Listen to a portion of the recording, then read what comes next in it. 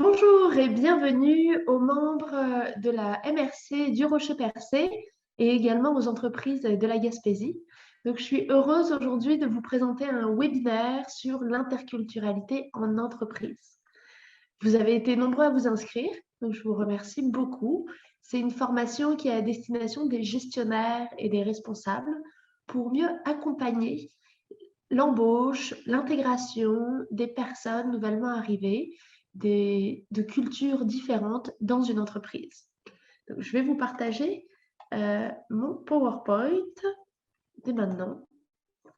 Puis aussi, j'aimerais rappeler quelques règles sur Zoom. Bon, avec le confinement, on connaît de mieux en mieux cette plateforme. Et juste pour rappel, si vous avez des questions, vous pouvez à tout moment les écrire en bas de l'écran dans le petit chat ou discussion. Et si vous avez des questions, à tout moment, vous pouvez les poser, puis je prendrai le temps à la fin d'y répondre. Cette présentation va être dynamique, donc on va vous envoyer des petits sondages, je vais vous poser des questions, puis il y aura des concours de rapidité dans le chat, dans les discussions pour que vous puissiez chacun y répondre. Je vois qu'il y a des personnes qui commencent déjà à écrire. En tout cas, bienvenue à tous. Puis, je vous propose de commencer dès maintenant. Alors, tout d'abord, je me présente. Donc, moi, c'est Nathalie Dafos. Donc, j'ai une maîtrise en sociologie des organisations. Je travaille depuis plus de 15 ans dans le domaine de l'employabilité et 5 ans dans le milieu plus spécifique de l'immigration avec les personnes nouvellement arrivées. J'ai eu la chance de compléter mon parcours avec une formation de coaching en PNL, la programmation neuro-linguistique, pour mieux accompagner les personnes à atteindre leurs objectifs personnels et professionnels. J'ai aussi eu la chance, en plus d'être coach en emploi, d'organiser des salons de l'emploi à Montréal sur certains arrondissements.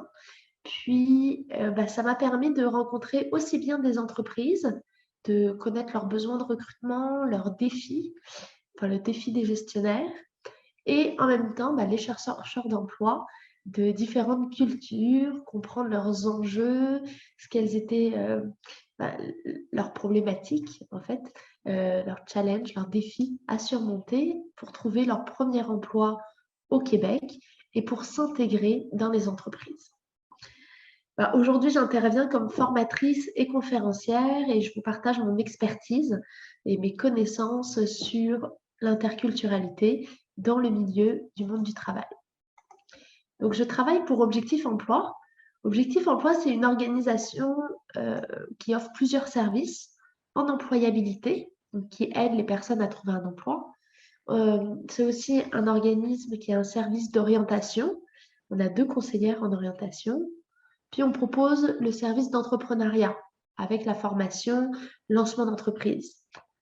Mais Objectif Emploi, c'est aussi un organisme de formation. On propose plusieurs formations sur les ressources humaines et la diversité et l'interculturalité. Puis aujourd'hui, je suis là pour vous présenter une de nos formations, un petit peu en accéléré. On va voir en 1 heure plusieurs thématiques de formation que je propose plus longuement sur 2-3 heures pour les entreprises. Donc, rapidement, voilà ce que l'on va voir ce matin. On va commencer par voir le contexte. Quel est le contexte de l'immigration en Gaspésie? Puis, on est obligé d'aborder la question des préjugés, des discriminations pour bien comprendre la culture et l'interculturalité. Quelles sont nos limites? Quels sont les défis, les barrières que l'on peut se mettre face aux personnes de cultures différentes? C'est là qu'on entrera vraiment dans la gestion interculturelle. Comment gérer son équipe? Comment faire face aux défis de la communication? Comment éviter les conflits, comment intégrer une personne dans l'entreprise. Puis, on verra à travers différents continents les différences interculturelles entre les pays par rapport au monde du travail. Quels sont les codes du travail d'un continent à un autre? On verra que c'est très différent de ce qui se passe au Canada.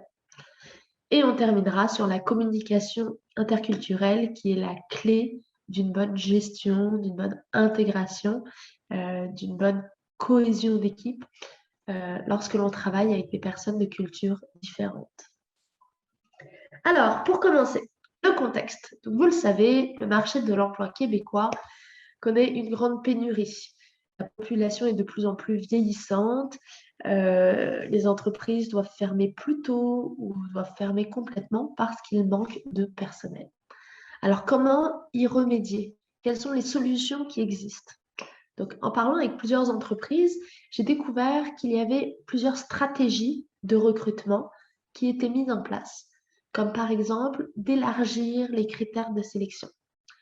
Fait que les recruteurs vont être moins regardants sur la formation des personnes ou sur le nombre d'années d'expérience des candidats. Ils vont avoir tendance à embaucher plus rapidement des personnes qui sont prêtes à apprendre, qui ont une bonne capacité d'adaptation pour combler ce manque de main-d'œuvre. Ensuite, il y a l'âge à la retraite. On en parle beaucoup, surtout avec les élections qui sont passées il n'y a pas longtemps. On en parle. Comment faire travailler les personnes de plus de 60 ans, comment les garder en emploi, leur proposer des postes de mentorat, de responsable, quels avantages on leur offre. Ça peut être une solution. Mais aujourd'hui, on va plus regarder la troisième solution que je vous propose, c'est l'immigration. L'immigration est une solution à la pénurie de main-d'œuvre. Pendant longtemps, on demandait la reconnaissance des diplômes d'un pays à un autre. On demandait une certaine expérience au Québec avant d'embaucher. On est rendu à un moment où toute personne issue de l'immigration, quel que soit son background, ses formations, son expérience, on est prêt à l'embaucher et à le former pour combler cette pénurie, pour avoir suffisamment de personnes dans l'entreprise. Mais ça amène des défis liés à la culture. Puis c'est ce dont on va parler aujourd'hui, durant la prochaine heure. Donc, juste par curiosité, je vous présente un peu la distribution des immigrants au Québec. Alors, d'où est-ce qu'ils viennent? Donc, au Québec, en 2016, on comptait 1 million de personnes immigrantes. La majorité vient d'Afrique du Nord, on le voit, avec 14%. 10% vient d'Europe de l'Ouest, 10% des Antilles, puis le reste, c'est à peu près pareil partout dans le monde. Alors, je suis curieuse, selon vous, quel est le pourcentage d'immigration en Gaspésie? Selon vous, est-ce qu'il y a moins de 3% d'immigrants en Gaspésie? Entre 3 et 10% ou plus de 10%? Je vous laisse quelques secondes pour répondre.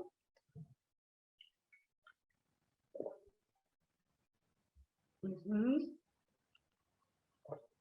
vois que les résultats commencent à être égaux. Oui, ça répond petit à petit. Bon, je vais laisser le temps. Ok, bon, tout le monde a répondu. Excellent. Alors, on a une égalité. Une égalité, je vais publier les résultats. Une égalité entre moins de 3% et entre 3 et 10%. Alors, quelle va être la bonne réponse? Eh bien, selon le ministère de l'Immigration, on compte 950 personnes immigrées en Gaspésie et aux îles de la Madeleine, ce qui représente 0,1%. Okay? Sur les 1 million d'immigrants en 2016 au Québec, il n'y en a que 950 en Gaspésie et aux îles de la Madeleine. Donc la bonne réponse, c'était moins de 3%. Vous pouvez voir sur cette carte les comparatifs avec les autres régions de Gaspésie, du Québec. Pardon. Puis, dans le chat, je vous ai partagé le lien où vous pouvez retrouver toutes ces informations statistiques issues du ministère de l'Immigration, du MIFI, de la francisation et de l'intégration. Alors, selon vous, quelle est la principale provenance de l'immigration en Gaspésie? Est-ce que les personnes viennent plus d'Afrique, d'Amérique, d'Europe ou d'Asie? Alors, on a vu tout à l'heure au niveau du Québec dans sa globalité, ça venait beaucoup d'Afrique du Nord. Et ensuite, c'était l'Europe et les Caraïbes. Mais alors, en Gaspésie, d'où vient l'immigration? Bon, ok, il y a une forte tendance. Je vais afficher les résultats, puis vous avez raison. Il y a une forte tendance à l'Europe. en effet, comme vous pouvez le voir dans la carte qui est ici, 50% de l'immigration en Gaspésie vient d'Europe, contre seulement 22% des Amériques, donc Amérique du Sud, Amérique centrale, 14% en Afrique, donc ce qui est à peu près égal à l'Asie. Okay. Donc ces chiffres varient vraiment d'une province à une autre et d'une région à une autre. Bon, quand on parle d'immigrants, des personnes de cultures différentes, il faut savoir qu'il y a deux catégories. La catégorie des résidents temporaires et les résidents permanents. Donc, il y a ceux qui sont là pour une période déterminée, comme les demandeurs d'asile, les étudiants internationaux, les travailleurs étrangers. Puis, il y a ceux qui sont là pour une période indéterminée, les résidents permanents. Donc là, on compte les réfugiés, les personnes parrainées, le regroupement familial, et les immigrants économiques. Et ce sont les immigrants économiques qui sont les plus importants. Ce sont ceux qui sont sélectionnés par le Québec en fonction de leurs caractéristiques socio-professionnelles, en fonction de leur âge, de leur niveau de diplôme, de leurs études, je viens de le dire, de leurs caractéristiques un peu socio-démographiques et socio-professionnelles. On le voit là dans les petits bonhommes qu'on voit en haut de la diapo, là, de la slide. On voit une majorité de personnes issues de l'immigration économique. Ça représente plus de 60% des catégories d'immigrants. On voit ensuite que 30% qui viennent du regroupement familial, puis les réfugiés, c'est 10%. À peu près, hein, c'est des gros chiffres, là, ça fait plus de 100%, mais bon, ça donne à peu près une proportion de l'immigration. Donc ça, c'est pour le Québec en général. Maintenant, pour la Gaspésie, les spécificités. Donc, sur les 950 personnes immigrées en Gaspésie, on compte donc 56%, 56,8% issus de l'immigration économique, 40% sont issus du regroupement familial et seulement 2% sont des réfugiés ou des personnes sous un statut de protection. Okay. Donc, ces chiffres sont quand même très ressemblants, enfin, sont très proches de ceux du Québec. Okay. Donc, tout ça, c'était pour vous donner une idée du contexte et du visage de l'immigration en Gaspésie. Maintenant, on va rentrer plus dans les définitions. Okay. Quand on parle de culture, on est obligé de parler de stéréotypes, préjugés, discrimination. Okay. Parce que c'est très facile d'avoir des croyances, de faire des amalgames ou des généralités sur certains types de personnes.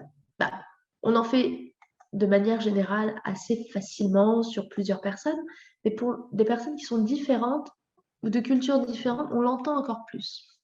Alors, c'est quoi la différence? Un stéréotype, dans le fond, c'est une croyance. C'est une croyance positive ou négative, c'est un peu une opinion que l'on a sur certaines personnes. Okay. Quand ça reste au niveau de la croyance, il y a quelque chose à travailler au niveau personnel, mais ça ne dérange personne.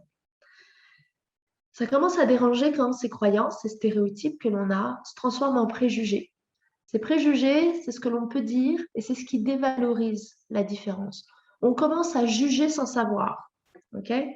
On a vu une ou deux personnes se comporter de la même manière, puis on va faire une généralisation, puis ce sentiment, c'est cette opinion qu'on a eue, va se transformer plus qu'en croyance, en préjugé, vraiment en une dévalorisation.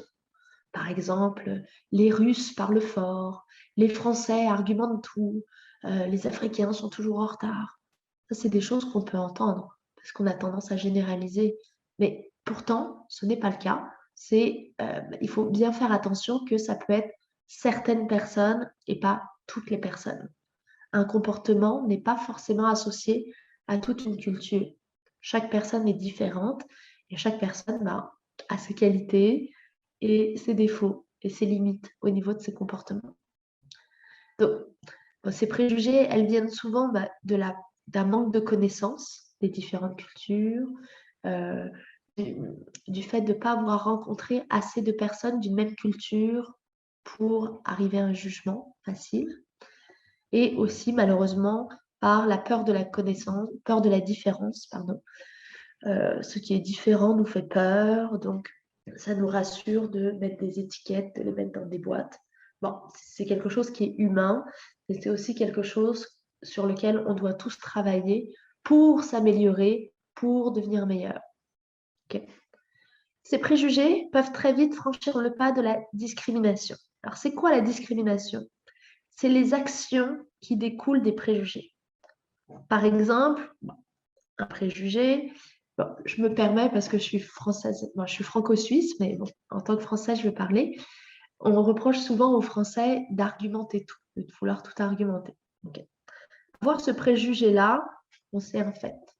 Mais si au moment du recrutement, je vais refuser d'embaucher parce que j'ai ce préjugé-là sur les Français, là, ça devient de la discrimination. Parce qu'on a posé une action, on n'embauche pas. On va, par exemple, limiter sa communication.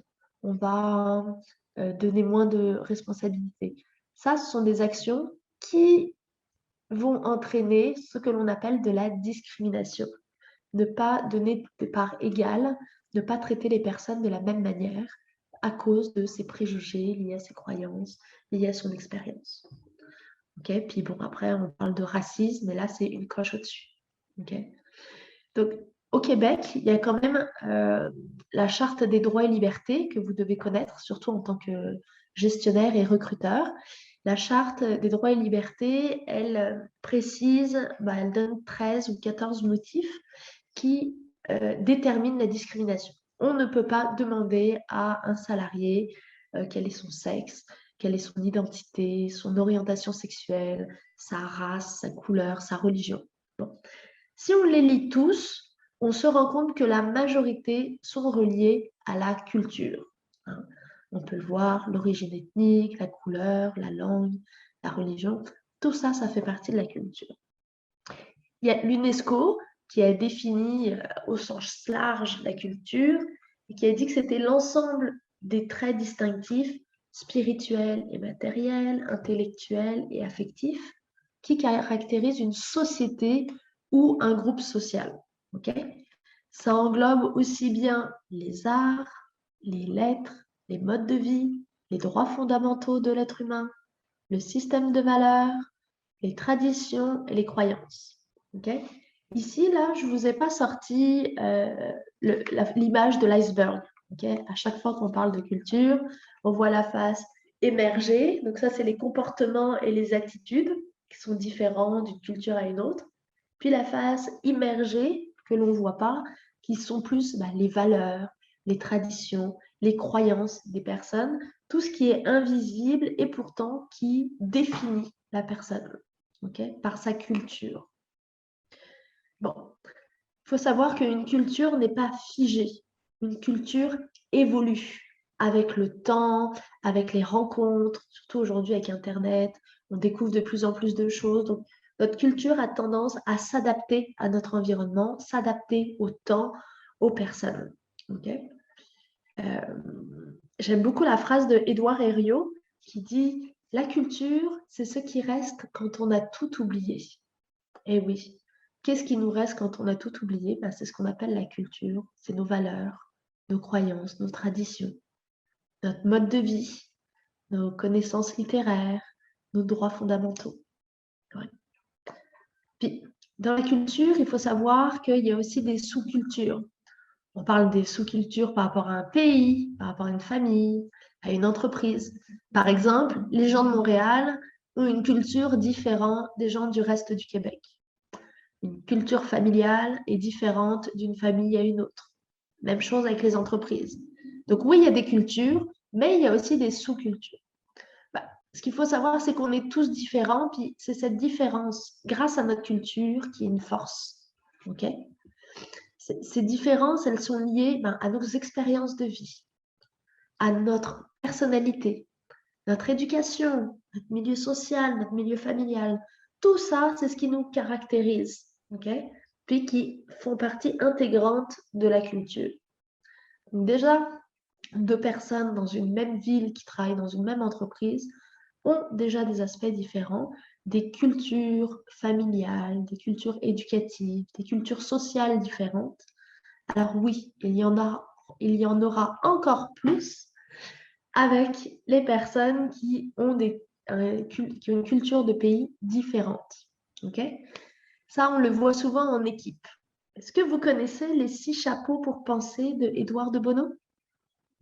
Alors, c'est un livre qui est très intéressant, je le recommande vraiment. Il propose, il explique que dans un groupe, dans une équipe de travail, il y a toujours des personnalités, des rôles qui sont plus identifiés d'une personne à une autre. Il y a toujours une personne qui va être neutre, qui va apporter les faits, les chiffres, l'information. Une autre personne qui va être plus dans l'émotionnel. C'est quoi? Qui va parler avec ses intuitions, ses sentiments, comment elle se sent par rapport à une situation de travail. Une autre personne qui va être plus créative, qui va apporter des nouvelles idées, qui va être un peu provocante pour faire bouger un peu les esprits.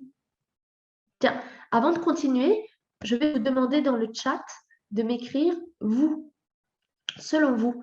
Qui êtes-vous? Quel chapeau vous portez dans votre équipe?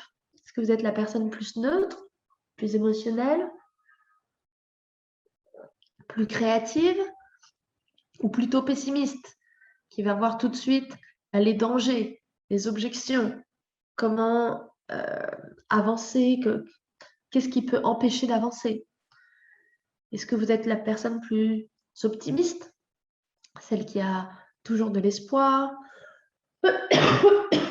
excusez, qui est constructive, positive, ou vous êtes plutôt la personne qui porte le chapeau bleu, l'organisateur, celui qui est rigoureux, qui va toujours penser à la prochaine étape.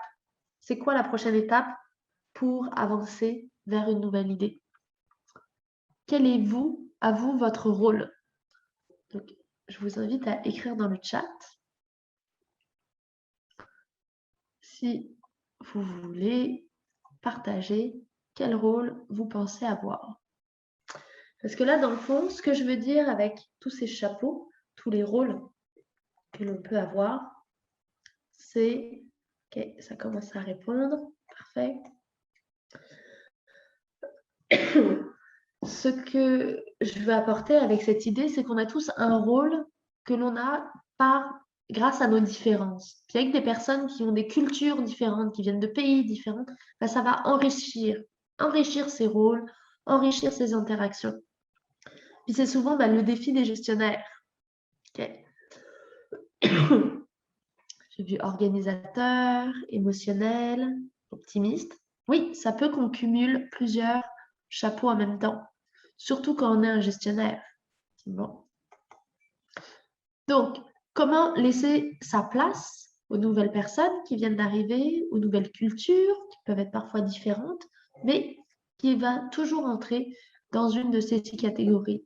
Donc, c'est intéressant de voir pour chacun des membres de votre équipe qui porterait quel chapeau pour mieux identifier comment lui parler, comment lui communiquer avec des défis si c'est une personne créative, en parlant des émotions si c'est une personne qui est plus sur ses sentiments, sur son intuition, ou plus pessimiste, comment la rassurer et l'amener.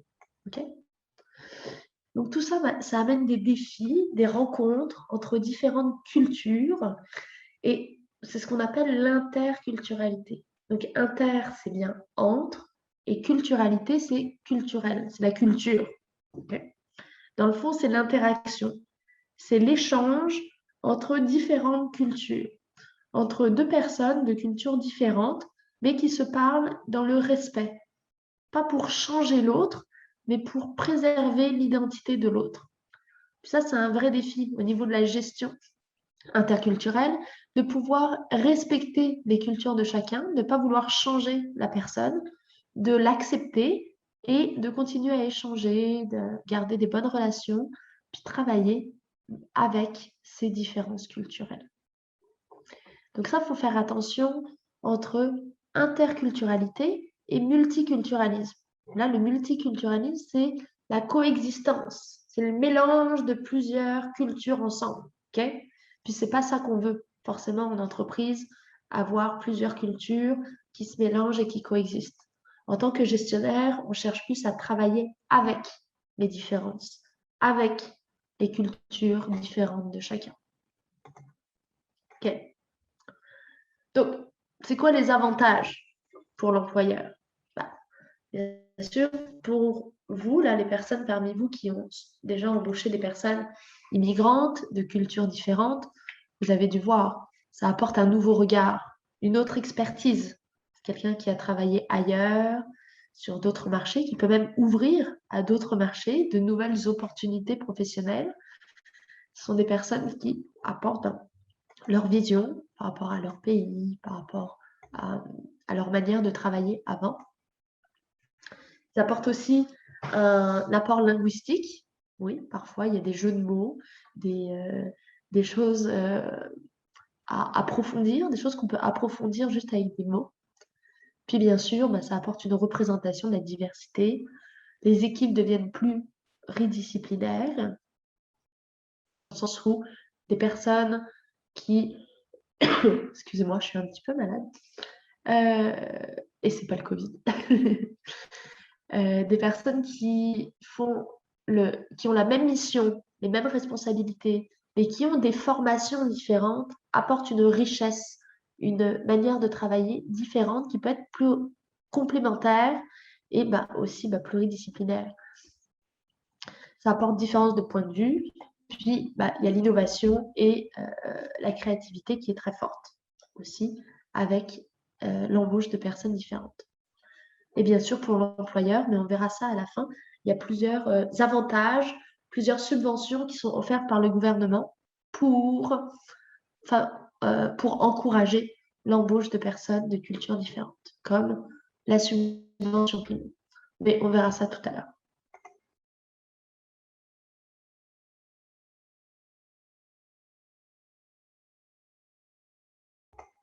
Alors, la gestion interculturelle. Donc oui, on a vu l'interculturalité, c'est quoi la culture, c'est quoi l'interculturalité. Bon, ça amène aussi des défis liés à la gestion. Comment faire ce management interculturel, cette gestion interculturelle en entreprise? Ça sert à quoi? Comment on arrive à valoriser les différences, à reconnaître les compétences de chacun? Comment on arrive à utiliser ces différences sur le marché du travail pour être plus compétitif, pour répondre aux nouvelles exigences? Comment on développe cet environnement en gardant l'équité, en gardant un environnement sain? Ouais, ça, c'est plusieurs questions qu'on peut se poser. Puis, on se rend compte que l'avantage principal de la gestion interculturelle, les avantages, ou en tout cas les défis, c'est de renforcer la cohésion des équipes.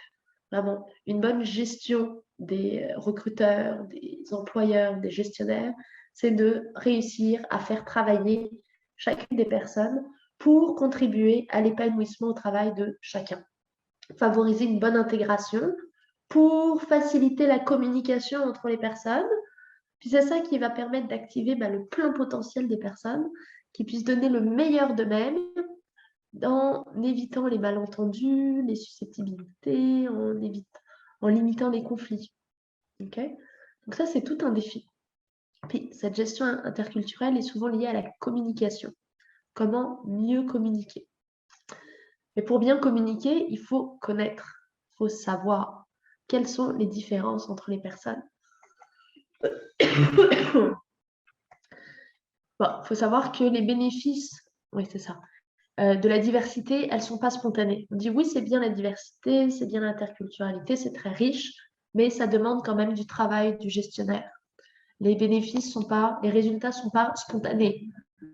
Parfois, il faut attendre. Ça prend du temps de réussir à faire comprendre à toute l'équipe les manières de travailler des uns, des autres en fonction de la culture. Puis, il y a toujours un temps d'ajustement. S'ajuster pour que la communication puisse être égale, que chacun puisse être entendu, puisse parler, que chacun trouve sa place. Ça prend du temps, mais ça en vaut la peine parce que les bénéfices sont démesurés. Enfin, démesurés. Si, d'ailleurs, ça a été mesuré. Il a été prouvé que les entreprises qui avaient des cultures très différentes, plus le nombre de cultures était différentes au sein d'une entreprise, plus les défis, l'innovation, la compétitivité étaient élevés. Ça, c'est des études américaines qui l'ont prouvé.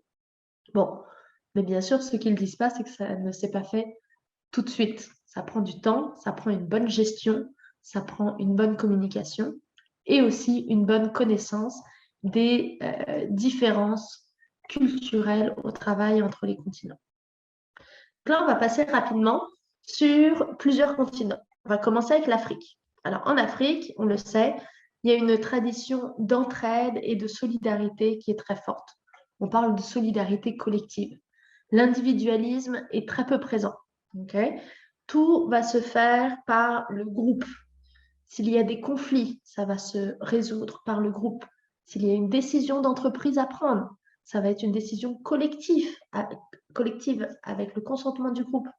La communication, toujours à plusieurs. On ne passe pas par la hiérarchie. Il y a une autorégulation du groupe, de l'équipe de travail. On parle plus d'une hiérarchie horizontale avec ses collègues plutôt que verticale. Le temps, la gestion du temps. On parlait tout à l'heure des préjugés et des stéréotypes sur les personnes qui viennent d'Afrique, qui sont toujours en retard. C'est un préjugé qu'on entend très souvent. Mais il faut aussi le relier à une culture. La culture du temps, là-bas, le temps a une fonction sociale et pas une fonction économique. Il est plus important de parler avec les personnes, de prendre le temps de les écouter que d'aller travailler pour gagner de l'argent. C'est beaucoup plus sain de prendre le temps pour les autres que pour un travail.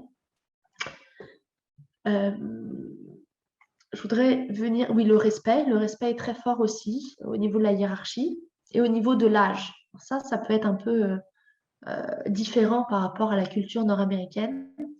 Peu importe le poste de la personne la plus âgée aura plus de respect qu'un supérieur hiérarchique qui sera plus jeune.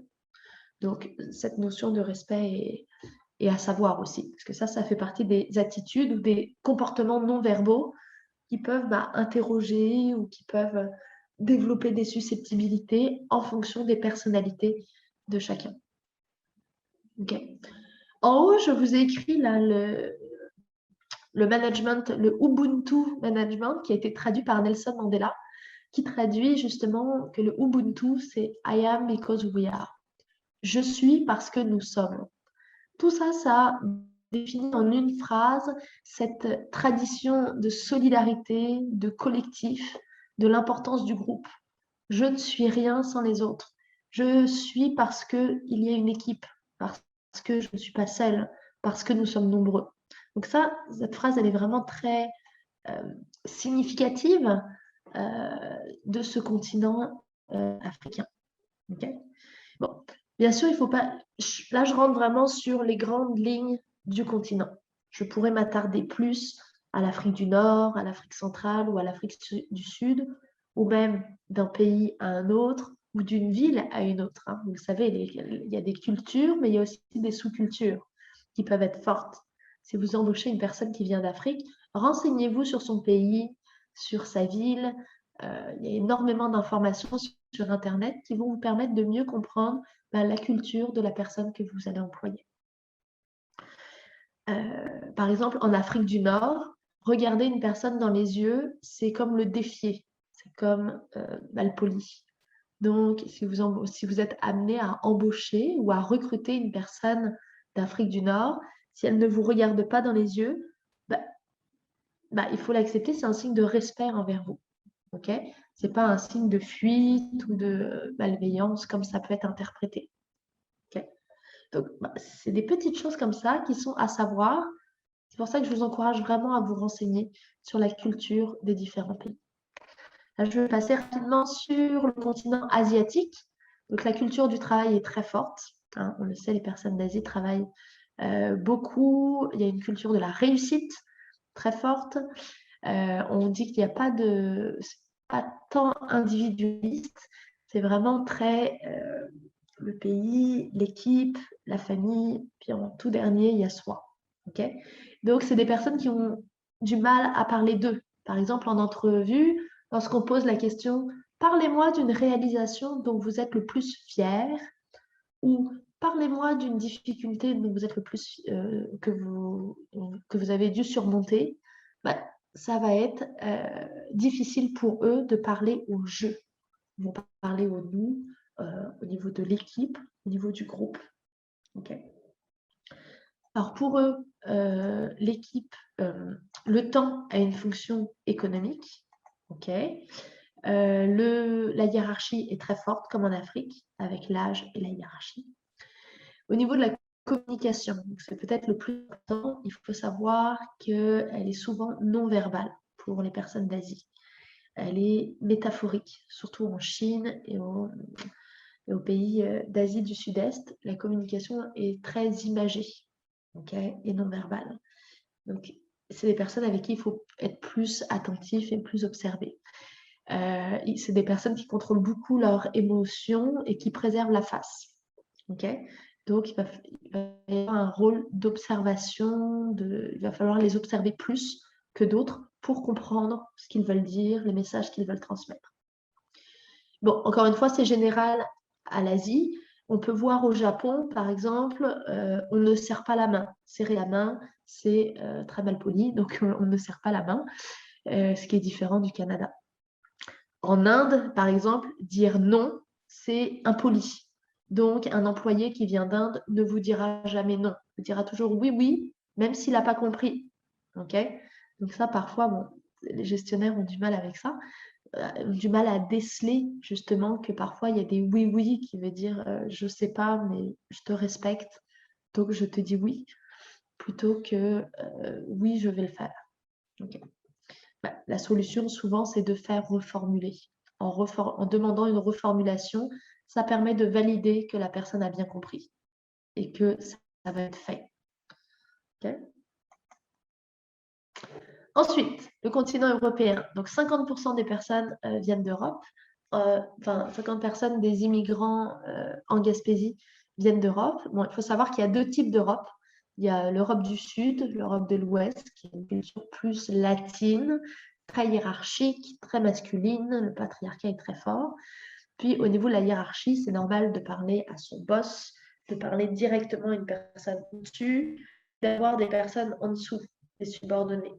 C'est beaucoup moins participatif que, par exemple, en Amérique du Nord ou en Afrique, où ses collègues ont autant d'importance que le responsable hiérarchique. Non, en Europe, la hiérarchie est beaucoup plus importante. La communication est très directe, elle est franche, elle est souvent argumentée. Il y a un grand besoin d'argumentation, surtout pour les femmes, puisque la présence masculine est plus forte en Europe, en tout cas dans cette partie de l'Europe. Donc, pour trouver leur place, les femmes ont besoin d'argumenter plus, d'apporter plus de faits pour s'imposer et se légitimer. Les décisions sont prises par la hiérarchie, bien sûr. Les salariés sont consultés pour avoir des avis, mais leur avis n'est pas pris en compte. Ils sont juste consultés. Et le temps a une fonction économique. Okay. Alors bon, on entend les préjugés souvent. En France, on argumente tout. J'en ai parlé tout à l'heure. Le temps, c'est de l'argent. Alors oui, ça c'est vrai. Ce sont des personnes travaillantes qui sont prêtes à manger devant leur ordinateur, à travailler plus, à se donner plus que d'autres, parce que la culture est très forte. Et puis, le taux de chômage en Europe est beaucoup plus élevé. Donc, les personnes tiennent à leur travail, veulent s'investir, se rendre indispensables dans leur travail. Donc, souvent, l'investissement est plus fort que d'autres.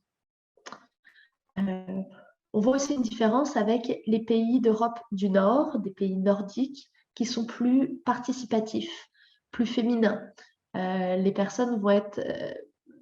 la vie va être demandée plus de manière collégiale, les décisions vont être prises en groupe, les discussions, les personnes vont être plus écoutées. Les pays sont plus souvent dirigés par des femmes, donc elles sont... c'est vraiment l'opposition, hein, l'Europe du Nord et l'Europe du Sud, qui sont des pays vraiment différents. Okay. Donc, encore une fois, il y a des différences entre chaque pays, entre chaque ville. Je ne vais pas rentrer dans les détails exactement, mais si vous voulez plus d'informations, je propose des formations plus spécifiques sur les cultures d'un pays ou d'un continent particulier, où je vous accompagne justement avant l'embauche, le recrutement d'une personne, à vous préparer aux différences de comportement, différences d'attitude liées à la culture de la phase immergée de l'iceberg. Okay. Ensuite, les Amériques. Alors oui, l'Amérique, c'est quand même, on avait vu là, presque 25% de l'immigration en Gaspésie. Donc c'est un continent riche, il y a une grande histoire, un fort métissage, la communication est très forte. Hein, c'est souvent ce qu'on entend dire des personnes d'Amérique du Sud ou d'Amérique centrale. Ce sont des personnes qui parlent beaucoup avec leurs sentiments, leurs émotions, leurs ressentis. Et c'est des personnes très travaillantes. Okay, c'est ce qui est en tout cas le plus entendu. La hiérarchie est très forte. Mais encore une fois, je peux dissocier l'Amérique du Sud de l'Amérique centrale. En Amérique centrale, la solidarité est très forte. La communication se fait par le groupe.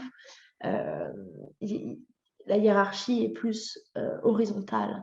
Alors que en Amérique du Sud, par exemple au Chili, en Argentine ou au Brésil, là, la hiérarchie est plus verticale, hein, comme en Europe.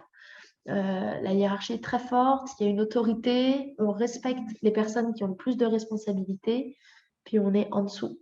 Okay, les décisions sont souvent prises dans des débats collectifs, mais c'est toujours la personne au niveau hiérarchique qui va terminer ou qui va prendre les décisions finales.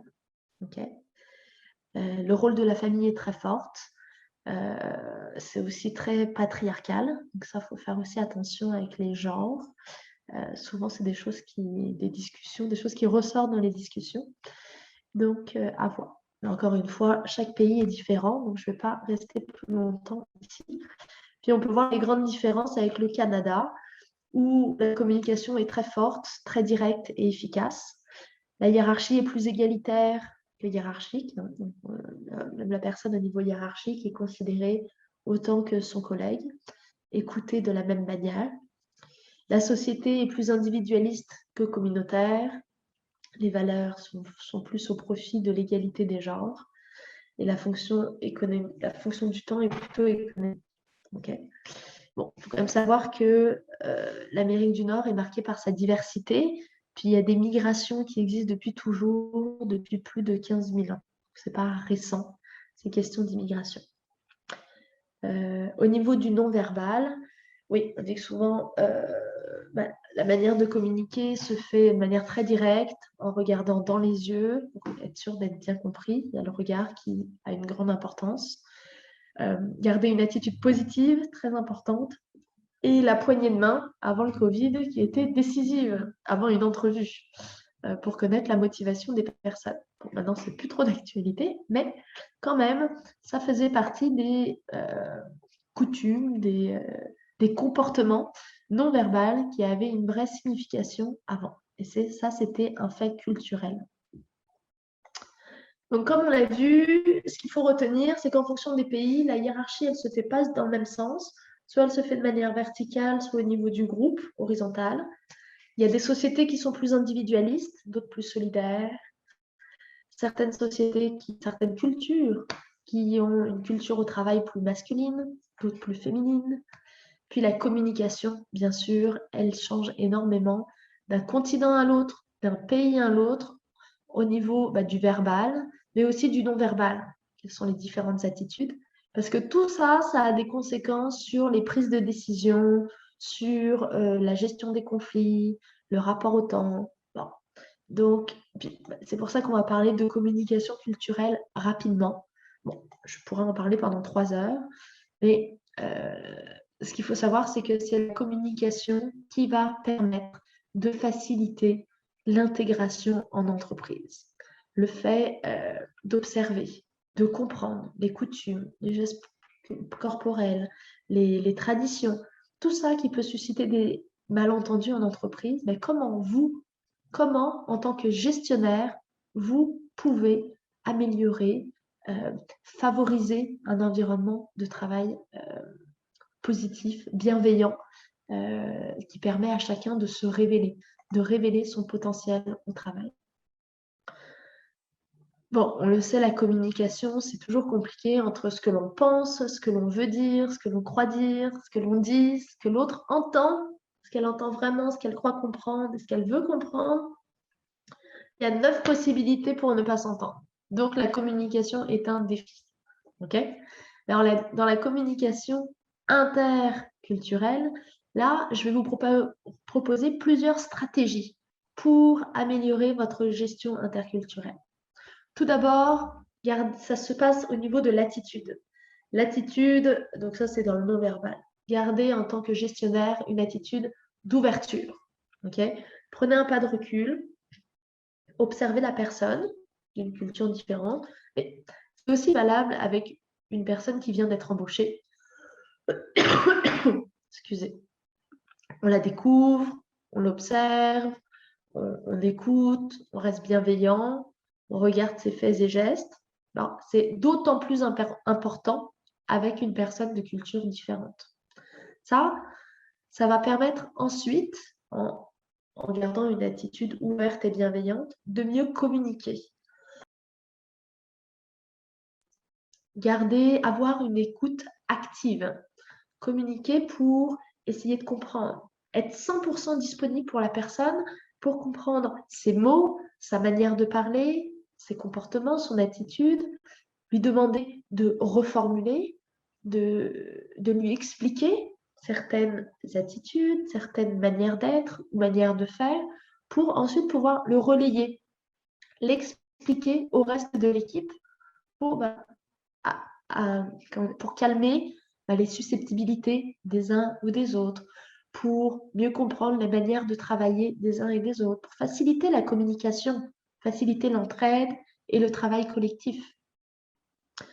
La reformulation a un rôle vraiment très important. Puis ça, j'insiste vraiment là-dessus. Bon, ça se fait pour toute personne, mais pour des personnes de cultures différentes. Ah, il manque une lettre. Faire reformuler. Excusez. C'est essentiel. Donc, allez droit au but. Exprimez clairement vos attentes. Ça, c'est vraiment important. Ne pas passer, suggérer ou parler avec des non-dits. Parce que ça, avec une personne de culture différente, ça ne va pas être interprété. Ça ne va pas être compris. OK? Comme dire, écoute, on s'en reparle à la prochaine réunion. Ou on se fait une réunion bientôt. Bon, c'est sous-entendu. Organise une réunion pour que l'on se voie et qu'on en discute. Et ça, pour une personne qui n'a pas la culture du non-dit, du non-verbal au Québec, ça peut créer des conflits, des malentendus, des incompréhensions. Donc, pensez toujours à aller droit au but et à dire ce que vous avez à dire à des personnes qui viennent d'arriver. Okay. Ensuite, au niveau des questions. Les questions, pensez à poser des questions ouvertes pour laisser la possibilité à l'autre de parler et de pouvoir répondre. Les questions par oui ou par non, ça coupe. Ça ne vous permet pas de valider et de faire reformuler l'autre sur ce qu'il a compris, sur ce qu'il va faire. Exemple, peux-tu organiser une réunion? Oui, non. Comment vas-tu organiser la prochaine réunion? Là, vous allez avoir plus d'informations. Puis vous allez valider que la personne a bien compris ses tâches et ses responsabilités à venir. OK? Donc ça, c'est un autre conseil que je vous propose. Et enfin, si la communication est vraiment plus compliquée, c'est souvent le cas avec les allophones, ceux qui n'ont pas la langue française comme langue maternelle, ou qui n'ont jamais appris le français, de communiquer avec des gestes ou des images ou des pictogrammes. Ça, c'est vraiment quand la langue est une barrière au travail ou utiliser la traduction Google Trad. Okay. Donc ça peut être différents paliers de communication interculturelle qui existent pour faciliter la gestion interculturelle d'une équipe, la gestion des différents membres de l'équipe et aussi l'intégration. Ça, c'est une autre formation que je propose en 2 heures, 2-3 heures sur l'intégration en équipe. Comment, on reviendra sur la communication interculturelle, mais aussi comment organiser des mentorats, des jumelages entre la personne qui vient d'arriver et une personne qui a plus d'expérience pour l'accompagner dans l'équipe, en milieu de travail, mais aussi pour l'accompagner dans son intégration sociale ou dans la vie. Le comité social peut avoir un rôle aussi en proposant des activités gastronomiques sur les repas qui sont faits dans les différents pays du monde, ou faire parler de la langue, ou faire parler des coutumes. On peut intégrer le comité social pour faciliter l'intégration d'une personne qui vient d'arriver. Au niveau du gestionnaire, oui, il y a le suivi régulier qui doit être fait. On conseille un suivi à peu près toutes les semaines avec une nouvelle personne pour être sûr, pour couper le plus rapidement les incompréhensions, les malentendus, les manières de faire, pouvoir reformuler, expliquer. Donc ça contribue fortement à l'intégration des personnes. Donc, j'en parlais aussi, faire des recherches sur la culture du nouvel employé, très important. Ça va vous aider à mieux la comprendre, puis aussi à ce que la personne se sente accueillie, comprise, qu'elle soit attendue. C'est toujours touchant quand une personne vous parle du pays d'où l'on vient. En tout cas, je parle en tant que moi, française, franco-suisse. Les personnes qui me disent qu'ils sont allés en Suisse, ça me touche toujours. Ça amène quelque chose. Faites l'expérience, si vous avez des personnes dans votre équipe d'une culture différente, de lui parler de sa culture. Et vous pourrez voir l'intérêt euh, ou une qualité d'échange qui peut changer par la suite. Et enfin, le gouvernement provincial, Service Québec, propose des aides et des subventions provinciales. Donc ça fait partie des autres choses qui peuvent faciliter l'intégration en entreprise, comme offrir gratuitement de l'aide à la francisation pour les personnes qui ne parlent pas bien français, à l'oral ou à l'écrit. Donc ça, c'est un service qui est pris en charge par Service Québec. Il y a aussi la subvention prime. Donc c'est le programme d'aide à l'intégration des immigrants et des minorités visibles en emploi.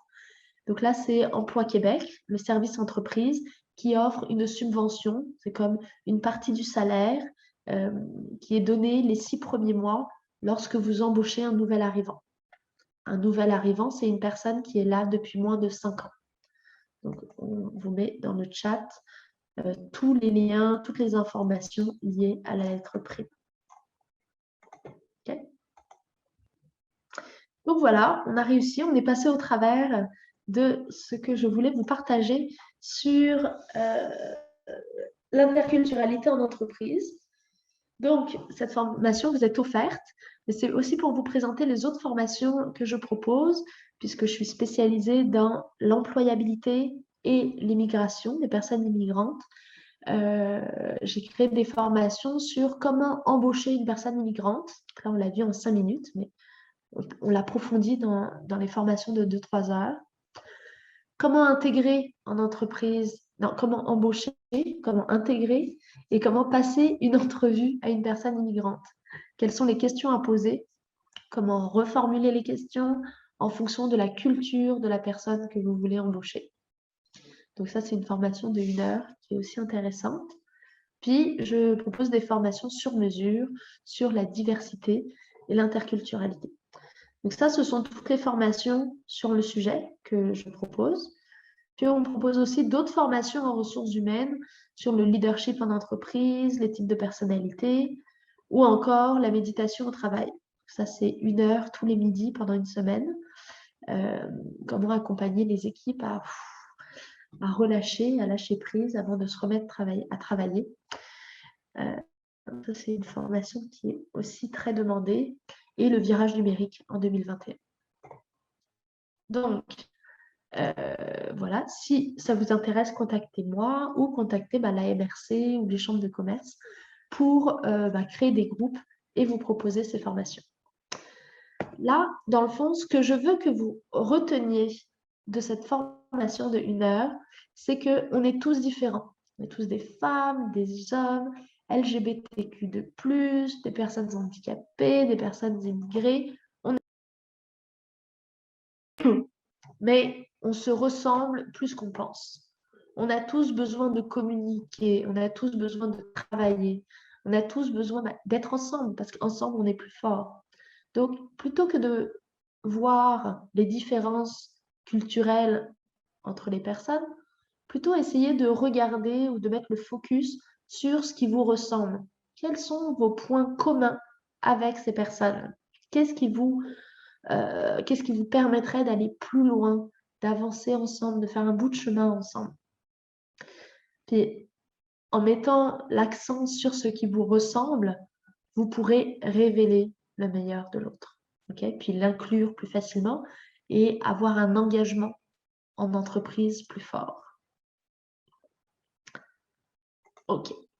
Donc, je suis curieuse maintenant. Dites-moi avec quoi vous repartez. Qu'est-ce qui a été utile pour vous?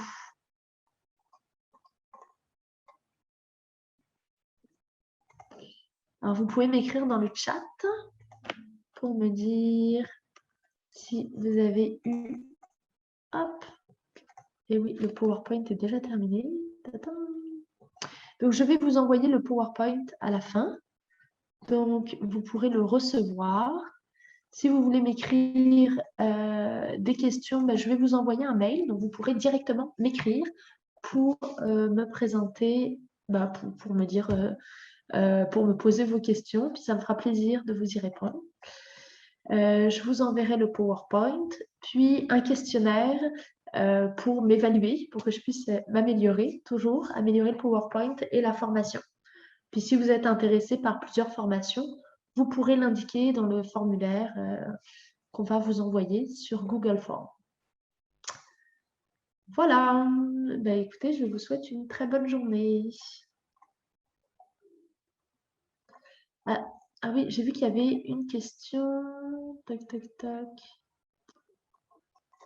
Ok, j'ai eu une question. C'est quoi le pourcentage d'immigration pour Montréal? Donc, il faut savoir quand même que Montréal accueille 2/3 des personnes issues de l'immigration. Ok, ce qui est énorme. On dit que Montréal, on dit souvent à Montréal, ce n'est pas le Québec, parce qu'à Montréal, c'est une ville internationale, cosmopolite. Donc, bah, les proportions sont vraiment bien plus importantes à Montréal que dans le reste du pays. Mais c'est là où il y a bah, les aéroports, il y a des quartiers, il y a des regroupements dans la ville, des quartiers qui sont là pour mieux accompagner, enfin, pour que les personnes se regroupent en fonction de leur culture. On a demandé aussi qu'est-ce qui explique le faible taux d'immigration en Gaspésie. Bon, bah, là, il y a plusieurs raisons. À la Gaspésie, c'est loin. Souvent, les personnes, c'est souvent une des dernières régions qui est visitée. Pas une des dernières, mais c'est pas une région qui est beaucoup visitée, qui a le plus de tourisme, en tout cas par rapport au reste du Québec. Bon, avec la pandémie, ça a un peu changé, mais je veux dire, avant toute cette histoire-là, euh, avant 2020, c'était pas, c'était moins connu. Il y a une question de notoriété aussi. C'est très francophone, donc il y a l'immigration anglophone qui est limitée également. Puis, bah, le climat peut faire peur également. Voilà. Bon, bah, voilà, c'était les 2 seules questions, c'est parfait. Bah, je vous souhaite une très bonne journée, puis je vous dis à bientôt. Au revoir.